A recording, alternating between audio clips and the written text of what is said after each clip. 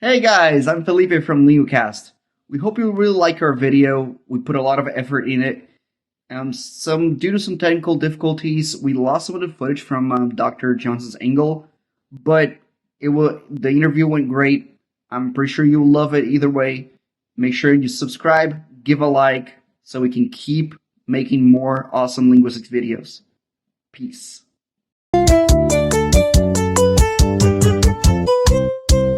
Ciao amici, welcome to another episode of Lingucast. Today we have another guest, another interview for you. We have Dr. Lisa Johnson with us today, another faculty member here at BYU. Thank you for being here. Hi, happy to do it. Dr. Lisa Johnson does research in sociolinguistics and a little bit on anthropology. Is that correct? Yes, in my sociolinguistics, I integrate some things that I've learned from anthropology as well.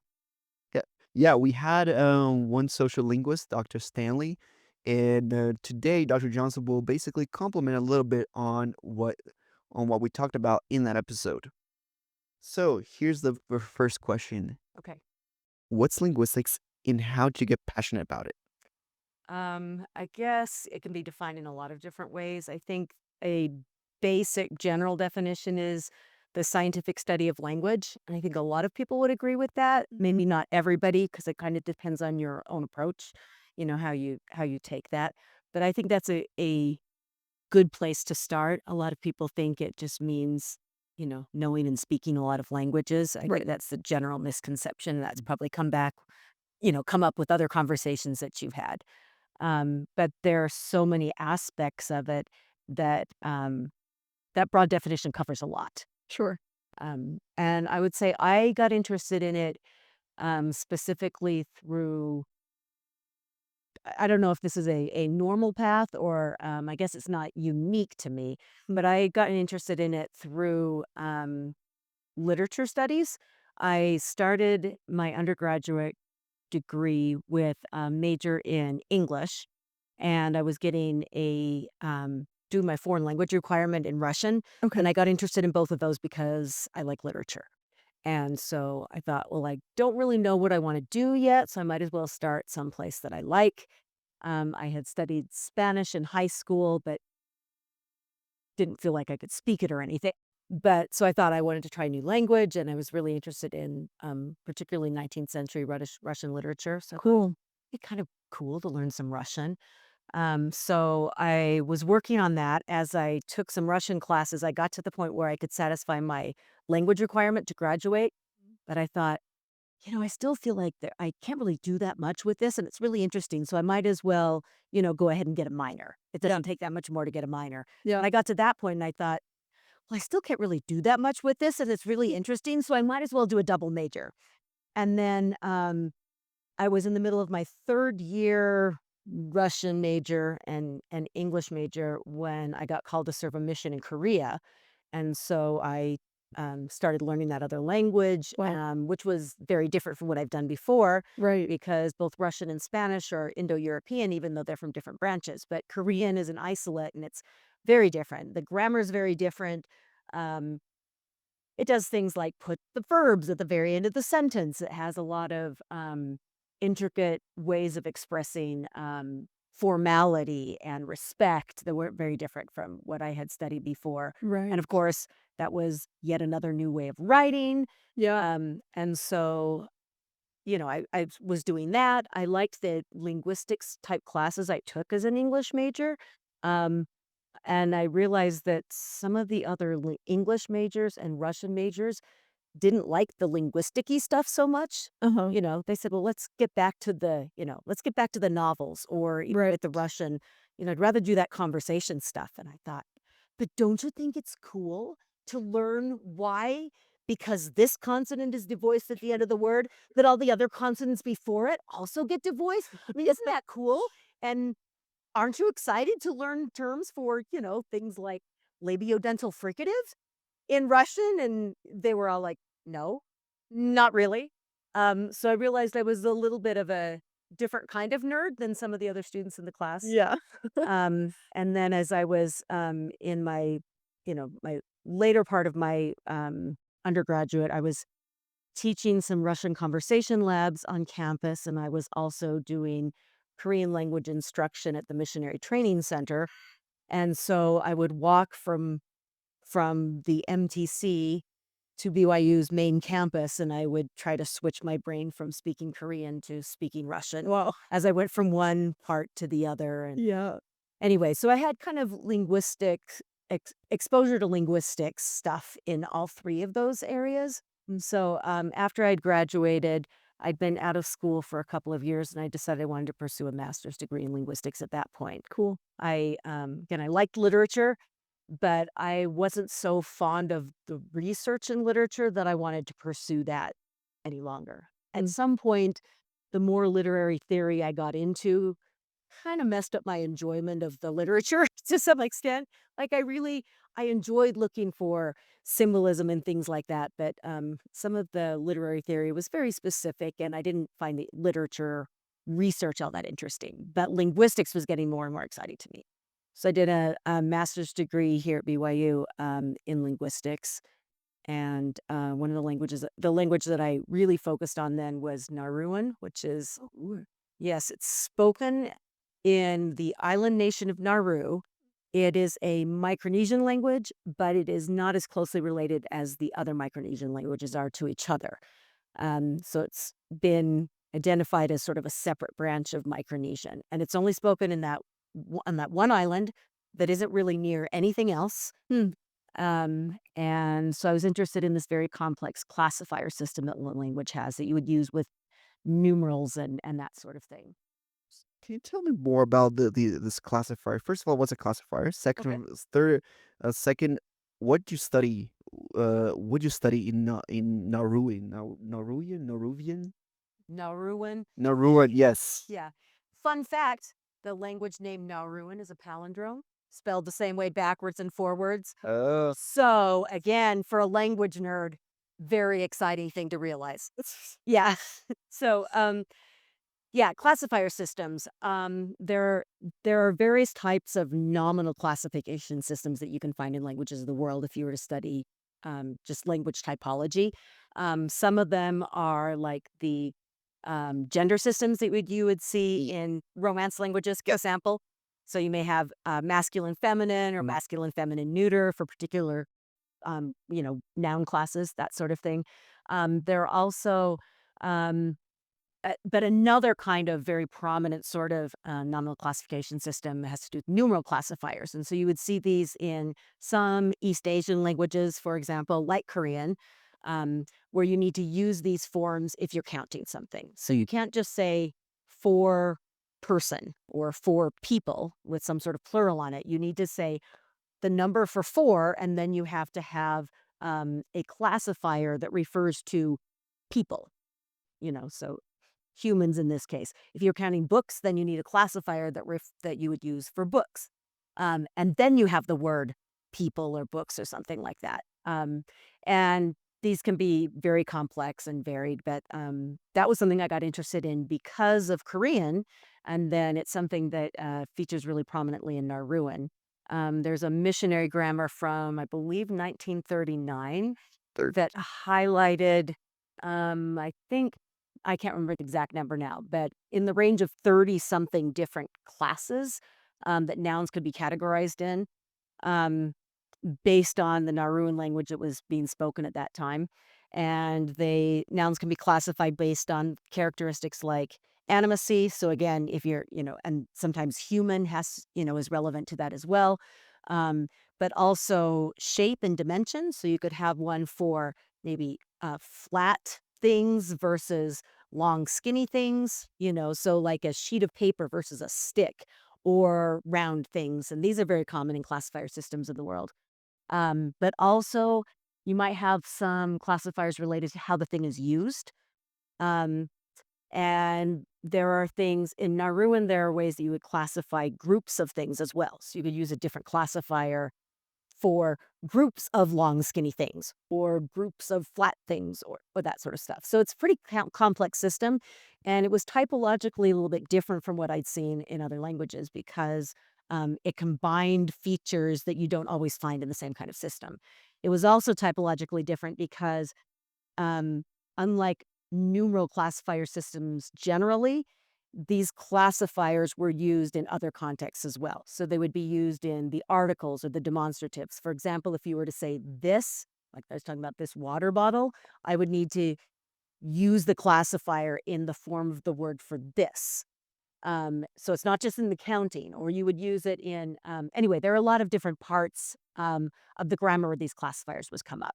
So my research was looking at those classifiers and those classes as they've been described in this missionary grammar. And then I did a little bit of field work there so that I could gather some recordings of some older people and some younger people, so I can get an idea of how people might be using those classifier systems now, especially under pressure with English, which of course is an important world language Sure. that a lot of people all over the world want to learn to be able to, just find opportunities, in a lot of ways. And so I have some recordings. I had people basically do a translation exercise in a questionnaire form to see which classifiers they were using. And the younger people were using fewer classifiers, and they tended to use more of the general classifiers, but also using some things based on English words as well, more than the older people would. So. So this is an example of social linguistic research where they just go in, document stuff, and analyze from what it was from back then to now. So, and going back, connecting this, um, could you tell us a little bit about the famous fourth floor study Sure. that a lot of people in linguistics get fascinated about? Yeah. Because I heard it was a legendary. Yes. So the fourth floor study or the department store study was part of a larger, I guess, a larger research project that William LeBeau conducted in the 1960s. He was looking at features of New York English. And one of the features he was looking at was the pronunciation or non pronunciation of the letter R in particular contexts. So, specifically, whether people pronounced an R at the end of a word or before a consonant.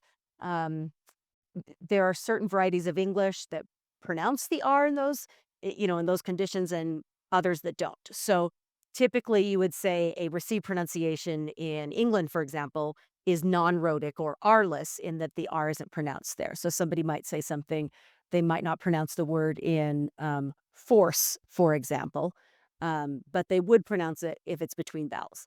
So New York historically was like this as well. And you can hear this if you listen to, say, FDR's speeches. You can hear that he doesn't pronounce the R in a lot of those places. And it's similar to what you can hear in JFK's speeches because Boston historically is non-rhotic as well. Mhm. Okay, so there's some foundation for you. Yeah. So LeBeau was doing this larger study looking at several different features, but one of them happened to be this R, and he was looking at influence of social class, and he was also looking at the effect of the amount of attention somebody's paid to their speech as they were talking. So he went into 3 different department stores that were catering to different social classes in their clientele. Sure. I could be wrong on these, but I believe the upper class one was Saks. I think the middle one was Macy's, and the more of the working class was Klein's. I'd have to check those to be sure, but I think those are the okay. I think those are the right stores. At any rate, so the clientele could be divided by social class, and so the employees at the store would be speaking a variety of English that would be similar to what people of that class would be using. So he would go into each of these stores and he would approach an employee at the store and he would ask for something that he knew was located on the 4th floor of the store. Um, and then when the person would respond with saying, 4th floor, then he would act like he didn't understand them or he didn't hear them. And then they would repeat it again, a little more carefully than they did before. Just like anyone would. If you think somebody didn't hear you, you're more careful in the next pronunciation, right? Right. And then he would document, he would, go hide around the corner or something and document whether the person said the R's in both 4th and in floor. Again, New York had historically been a non-rhotic dialect, but at this period of time, the R full pronunciation was coming into, coming into vogue in that area. People were picking up on a more general U.S. standard and pronouncing the R's more. So he would write that down and then he would, repeat that a whole bunch of times. This was a new technique for gathering data called the Rapid Anonymous Survey, because it was, fast and anonymous. And he was able to gather a lot of data there that would also corroborate, excuse me, some findings that um, he came to from his interviews and those sorts of things. So basically, what he found was that there were statistically significant differences between the rates of use of R in that context, based on social class of the store, and then also based on this level of carefulness, which LeBeau used to describe intra-speaker variability, so the way an individual might change the way they speak in different contexts. Cool. And so, yeah, so the three different, you could say that there was a higher rate of R pronunciation in the higher class context, and in the careful context. So that influenced kind of um, a lot of sociolinguistic research after that, and some of the methodology that people used, as well as the theoretical underpinnings. And I, for one, am really excited that the linguistics department here is on the fourth floor of our building. What? Because every time the elevator says that I'm on the fourth floor, I just get reminded of how fun linguistics is. And Oh. one day I would really love to have it say fourth floor, because then it would be, I don't know. An inside joke. Exactly. Just a fun moment for linguists. So, if I ever get any sort of, power over such things, that will be my April Fool's, I love it. my April Fool's prank that I would like to do sometime. Wow. Bucket list, big dreams. That's so cool. I never made that connection. I love it. Okay. Could you also kind of go into just another kind of aspect of sociolinguistics, code switching? Could you tell us what that is and how that works? Sure. Yeah. So on one level, you could say that even be more careful about the way you speak as a Hmm. kind of code switching, because you're changing the way you pronounce things or the way you say things based on whatever context you're in. So maybe you want to speak a little more formally in some context. Mm-hmm. We know that if you're writing a term paper, for example, your language is going to be a lot more formal than if you're, texting with a friend, for Right. example. And so you can look at it in terms of formality, but you can also look at it in different contexts as well. And sometimes the changes can be small, and sometimes the changes can be quite large. So, if, for example, you're in an academic context, and the variety that you grew up with um, is quite different from that academic variety, then you're going to do more switching in that context, right? And so, people whose first or yeah, I guess first, their most natural variety of English, for example, is quite different from an academic variety of English. They really need to learn how to make that switch in order to be successful in school and in some kinds of workplaces. Sure. And so you'll hear it often used in the context of people who speak maybe a particular ethnic based dialect, something like that, because they are the ones that often face the most kinds of discrimination Right. in some of these contexts. Right. And but the term comes from like second language acquisition if you're changing from one language to another. But in sociolinguistics, we can use code to mean a lot of different things. Okay. So can you give us example of communities that have ethno dialects and that they switch to standard English, or and sometimes what happens to them if they don't do that? Sure. What? Yeah. So there's research on a lot of different communities. African American students, in particular, have faced a lot of discrimination Yes. if they grow up speaking African American vernacular English, and people in, like their teachers and others at school tell them that that's just bad English, that they don't know how to speak English correctly. Some other students who face that kind of discrimination as well, or that bias, are Chicano English speakers, for example. So some of it can be linked to ethnicity and the kind of community that you grew up that way. But if you think about it, how difficult would that be if you go to school and then people start telling you that the language of your home is bad, right? This can be really detrimental, not just in terms of, you know, these students having to make this adjustment in school and sometimes being placed in classes that don't reflect their actual academic abilities. Right. They can also be harmful just to their self-esteem and to their identity, right? Because they're saying this is who I am, this is how everyone around me speaks, and now you're telling me that all those people are wrong. In reality, whatever variety of language you speak, you can do all the things you need to Yeah. with it. But some varieties have more sort of cultural capital, are beneficial that way. But you can see this with regional varieties as well. There's research showing that people from the American South are often seen as being very friendly, but not necessarily very intelligent, just based on the way that they speak. And this is often perpetuated through media stereotypes. If you think about different characters you've seen in movies or in TV shows, um, who are the people who are kind of the dumb ones? What variety do they speak? Okay. Or who are the troublemakers and what variety do they speak? I are actually finishing a social linguistics paper Oh, great. that talks about dialectal perceptual dialectology. That's the name. Yes. And a lot of times when people talk about dialects and variation, they don't really think of features or things, but they do think of stereotypes, Right. and they think of an image. So normally, a quick example in northern Brazilian dialects, they they normally associate with humor, with being funny, with being goofy, and I definitely seen in presentations where the northern character is taken less seriously. An example, like a quick example I can think of is when I was in doing a translation. I was doing an interpretation, and the guy that was from the north, northern region of Brazil, he was being funny, but he was doing like this very exaggerated accent from his region. Like, but he was doing like kind of expressions, like just being like making like pragmatic things, like what? Huh?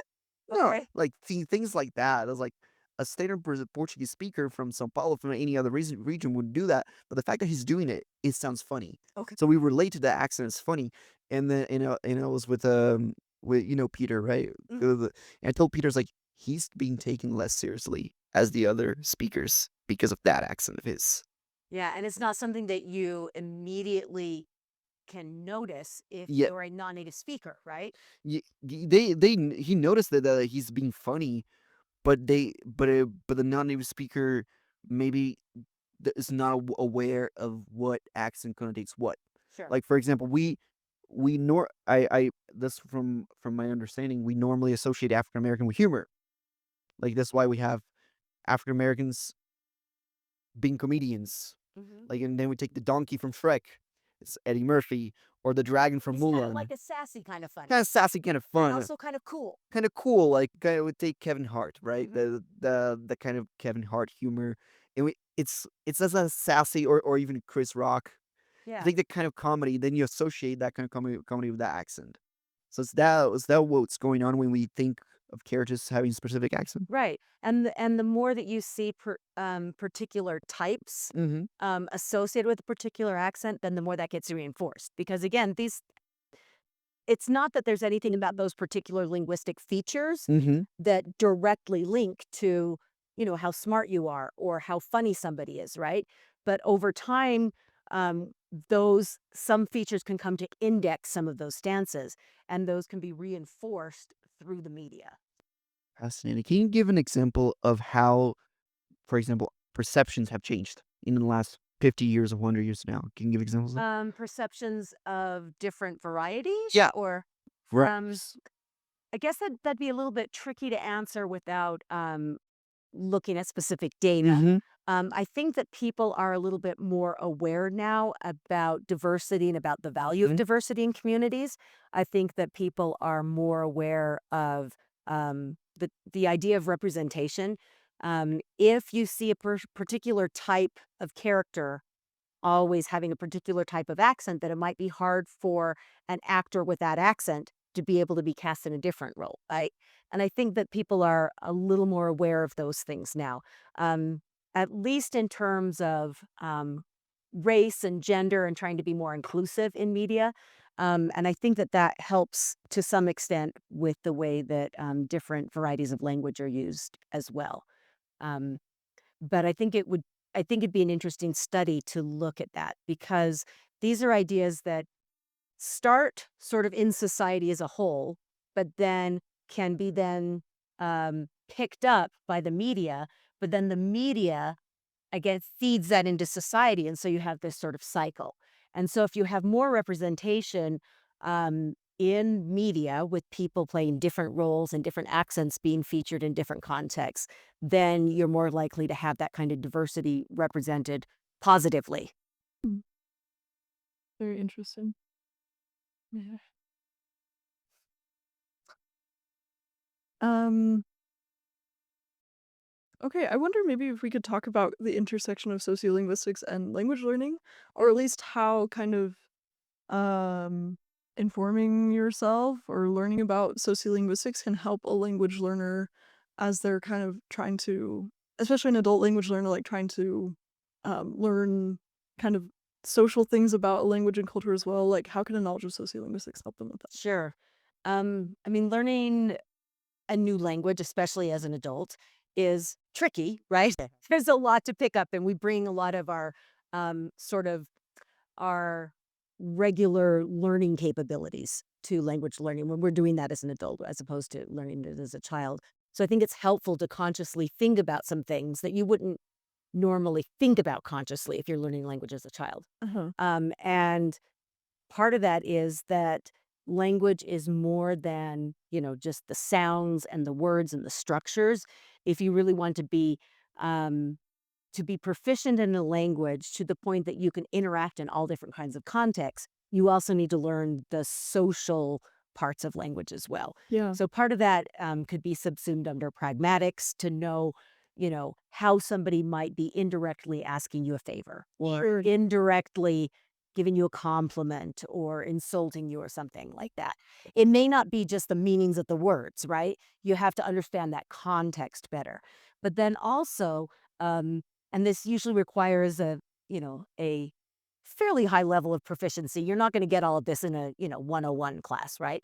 But to be able to understand how people use language in different contexts to represent who they are, how you might hear particular forms that your friends would use particular forms, but none of that was ever in your textbook. And why is that? Well, because maybe your textbook was teaching a very sort of proper academic variety of the language, which isn't necessarily appropriate when you're just hanging out with friends.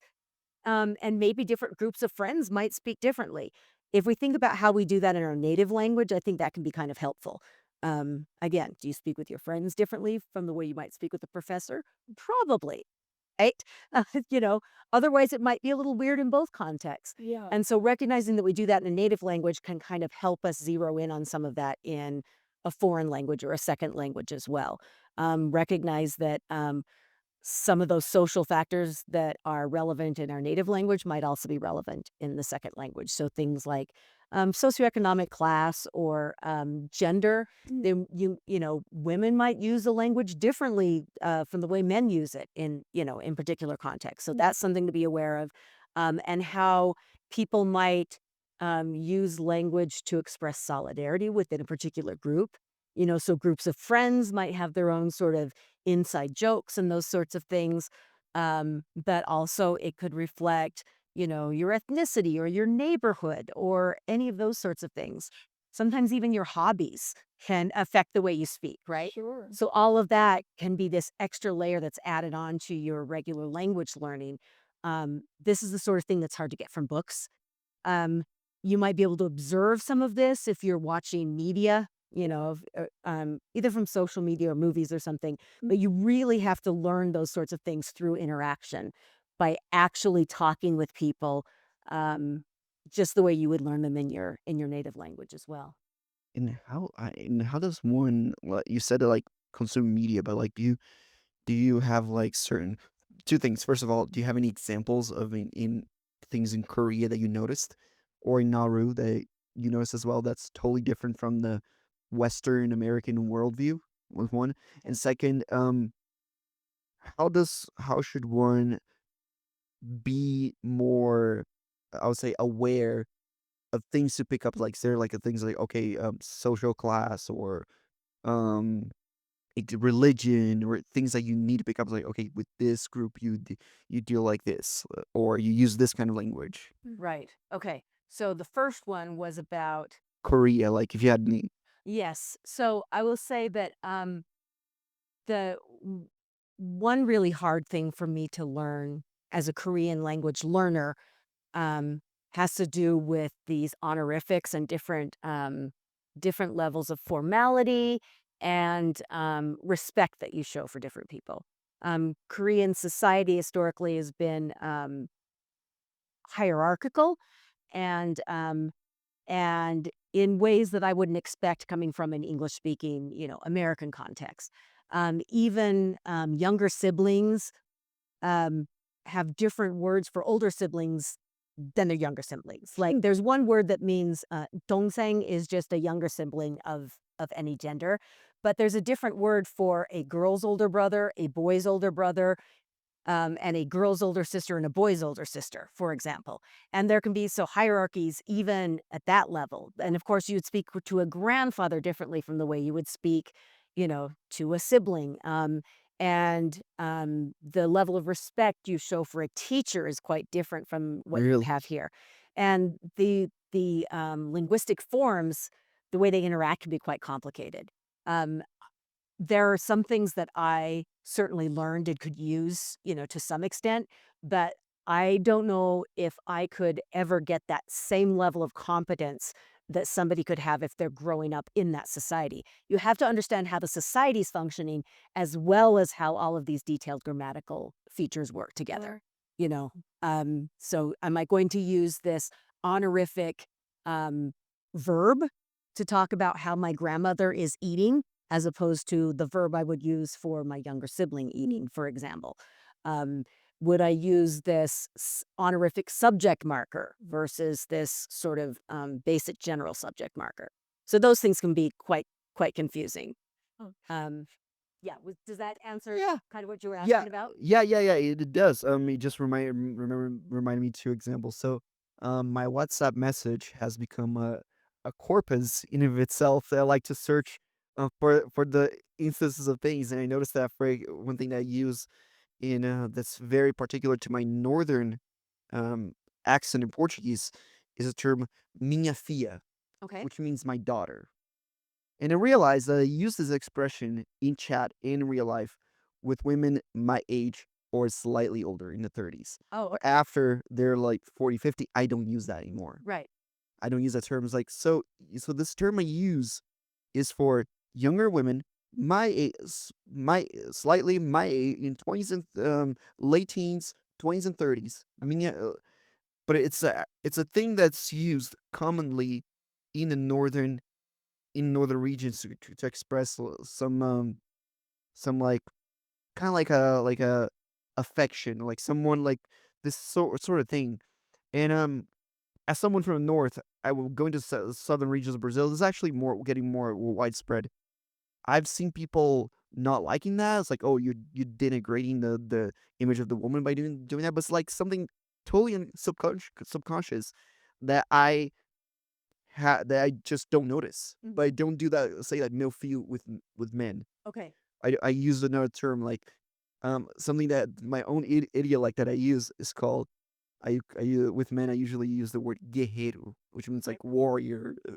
It's like, Okay. yeah, yeah, guerreiro, like hi my warrior, or like my Okay. king. I call him my king. So it's kind of like using dude or Telling you using dude, but it's like very bruh. bruh. It's kind of like that, but like I use, but that's like only for me. I would be able to say the same thing for other Brazilians. Probably Brazilians from the north, they probably say that. If you're Brazilian, please tell me what you use because I'm very curious.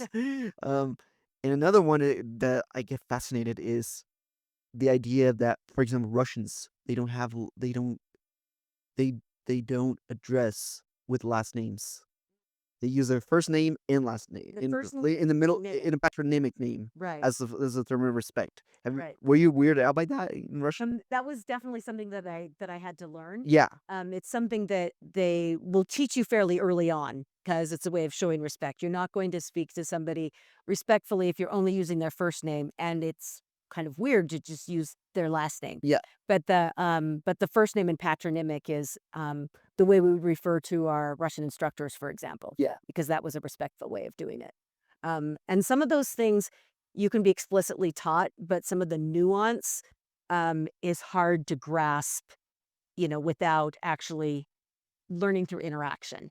At what point do you start to refer to somebody using a more polite form? At what level of distance do you have to have, social distance, or what level of hierarchical distance do you have to be able to show that? Sometimes, somebody could kind of explain that to you, but a lot of it you sort of have to learn in context. Got it. That makes sense. Could you tell us a little bit more about your own research and maybe just some findings that stand out to you or phenomena that you've observed in your own research? Sure. A lot of my research involves teens, and specifically here in Utah. Um, I have gathered some data from teens from a couple of different high schools in Salt Lake County. Um, and most of the research on Utah English has been done with Euro Americans, and a lot of the people that have been included in studies have been Latter-day Saints, although not all of them have.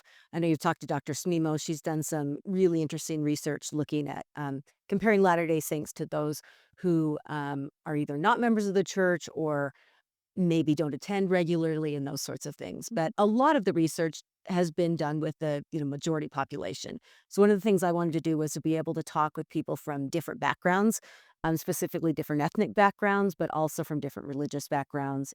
Um, and I wanted to work with teenagers because adolescence is an important time in just human development in general, and in linguistic development in particular, because it's a time when people are moving away from just their home environment and their home language, and they're trying to figure out how they fit in with the larger society. Who are they? How are they similar to other people? How are they different from other people? And so, at the same time that teens start acting like their friends and dressing like their friends, they also start to sound more like their friends rather than like their parents, right? Nobody wants to sound like their parents. That is like the ultimate uncool, right? Um, but you start to sound like the people that you hang out with. It's that birds of a feather flock together idea. And so I'm very interested in the different kinds of social factors that are involved there. So ethnicity and gender can be part of that. Um, but we can also look at what's known in the research as communities of practice. So particular groups that share some common interests and are working towards common ends, and therefore share some practices together. So it might be people who, for example, are on student government together. And so they have particular reasons that they're coming together to work on particular projects. And because of that, they may develop certain things within their own community, for example, or it could be a football team or something like that. What are the features that you analyzed there? So there are a lot of things that I have been working on and plan to work on. One of the things that I've done the most research on so far, or I've been able to do the most analysis on, is um, the pronunciation of certain vowels, particularly those that have been discussed in the context of the Western U.S. So these are things that people have noticed in parts of California and the Pacific Northwest. Um, there's a particular shift in sounds known as the low back merger shift. It's also called the Canadian shift, the California shift, and various other things. But it's a series of vowel changes. Um, Usually people say that it starts with the merger of vowels that are pronounced very low and in the back of your mouth. So these would be words like the word lot, like LOT, and the words thought, the words that sound like thought, so THOUGHT. spell that right?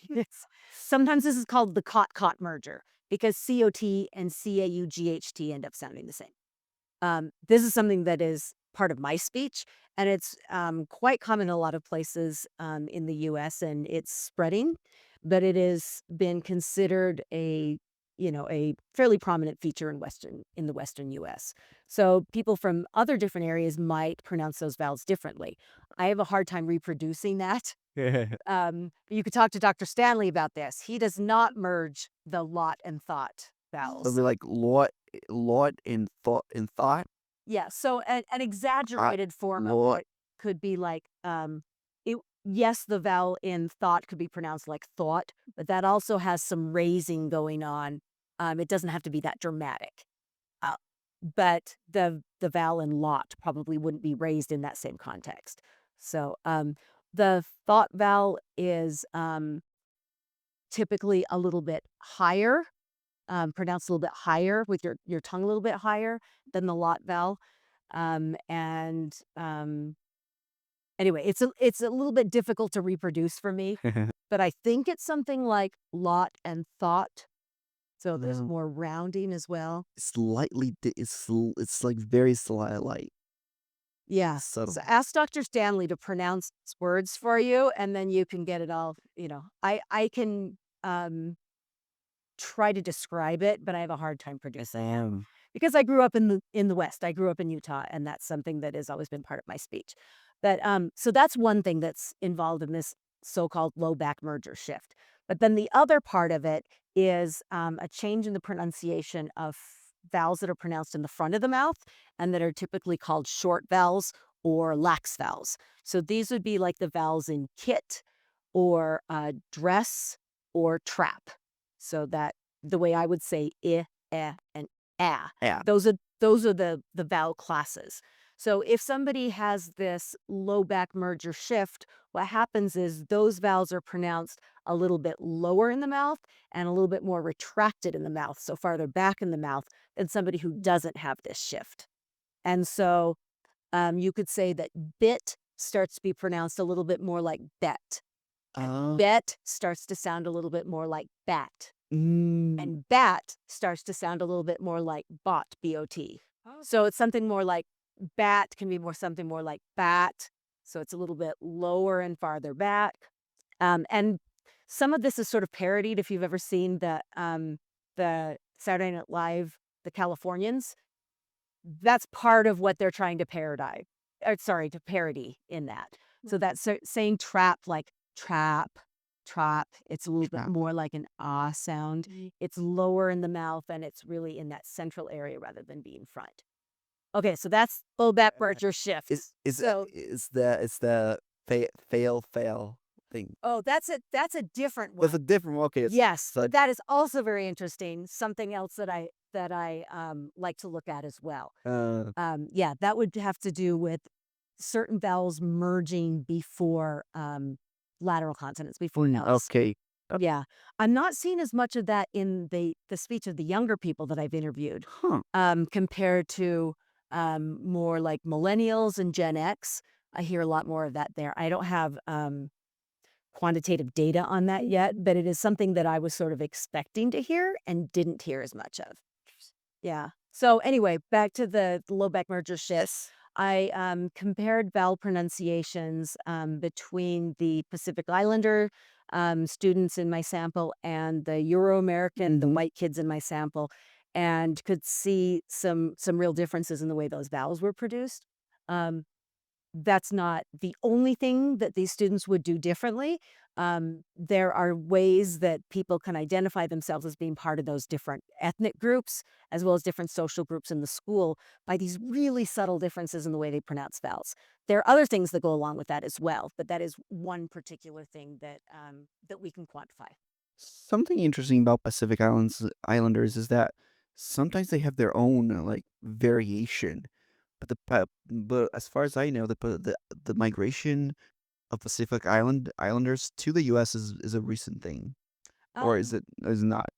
Yes and no. I would say the very earliest Pacific Island or the Pacific Islanders to arrive in Utah, the earliest were in the late 1800s. They actually formed a community that is in the West Desert called Iosapa, which is kind of a Hawaiian pronunciation of Joseph. And so that was one of the early Polynesian communities um, in Utah, for example. Um, but there was not a lot of growth in that population. There was, there were people here and there who would come, but the largest group of people to have come came after the late 1950s, early 1960s. There were some changes in the way the United States regulated immigration. And so people started coming to the U.S. In larger numbers from different areas, including from the Pacific Islands. And sometimes people would come through Hawaii or through California. Sometimes they would come directly to Utah. Again, the church was a big motivation for a lot of people, even though it wasn't a requirement to gather in the Salt Lake Valley. There were a lot of people who wanted to do that. And sometimes they wanted to attend BYU, for example. And sometimes they would, they would come for those reasons. And then once some family members were here, then other family members would come as well. And so there are actually pretty sizable communities from Samoa and Tonga, as well as Hawaii in this area. And then there are some people from Micronesian islands as well. Um, the usually migration from Micronesia is a little bit different. It has to do with the United States relationship with, say, Guam, for example. There was also um, a kind of a dark period of history where there was nuclear testing being done in Pacific Islands, by the United States. Those were some reasons that it became easier for some people to come to the United States because of those policies. So there are a lot of, in different parts of the U.S., there are different communities of Marshallese people, for example. Right. But yes, most of it has been since the middle of the 20th century. And even this affected their speech. Like they thought their own native dialect, so to speak. Right. There are a lot of things that can come into play. The Polynesian groups, for example, in Salt Lake Valley or in Utah in particular, have maybe most of them at the most are maybe the third generation. So you have some newer arrivals, as well as people who maybe had their grandparents move here from Samoa or Tonga, for example. For some people who are newer immigrants, it might matter where they learned English. If they learned English in the islands, who did they learn it from? Were they learning it from, um, say, Americans who were working at a church school in Tonga, for example? There's a school called Liahona where a lot of church members have gone and they have learned English there. They're more likely to be exposed to American English there. But in other schools, they might be more likely to be exposed to Australian or New Zealand varieties of English. And so that can have something to do with it as well. But then you also have influence from these, the heritage languages. So maybe some of these people speak a Polynesian language, and that can influence the way that they speak English. But for other people, maybe they don't even speak that heritage language, but there are features that are associated with that heritage language that affect the way that they speak English. Right. In a similar way to the way people who speak Chicano English may sound like they're Spanish influence, even if they don't speak Spanish at all. Right. And so you might hear that in the rhythm, for example, or the intonation, or the pronunciation of particular consonants, whether they're aspirated or not. Those sorts of things can come up because of the influence of a heritage language. Right. That's so interesting. Thank you so much for telling us about your own research and other kind of wider principles in sociolinguistics. Yeah, no problem. We would love to just ask a final question of Okay. what is one thing that you wish more people knew about sociolinguistics or language generally? Okay, one thing. I would say my one thing would have a couple of components. So, um, I want people to understand that diversity in language is, as my computer software developer husband would say, a feature, not a bug. Uh-huh. That variation is part of language. It's a part of who we are. It's part of society. Yeah. And we can recognize that as something that is positive. It gives us an opportunity to learn from other people who may have a different perspective from ours. So if somebody's language is different from mine, it doesn't mean that mine is good and theirs is bad, or the other way around. It just means that it's different. Everybody speaks a dialect. We tend to think other people speak dialects and we just speak normal. Yeah. But everybody speaks a dialect, and recognizing that and recognizing that language is connected with somebody's own individuality, with their own perspective and their own identity, can Right. help us to have a better appreciation of where other people are coming from. And ultimately, that can help us just understand others in our communities better. And I think it opens up our minds and helps us to be able to communicate better and just appreciate difference. And, in the long run, I hope that that helps us be able to get along better. Yeah. I agree. Thank you so much. No problem. Having technical difficulties is also a feature, not a bug. Thank you so much for another episode, and thank you for the patience.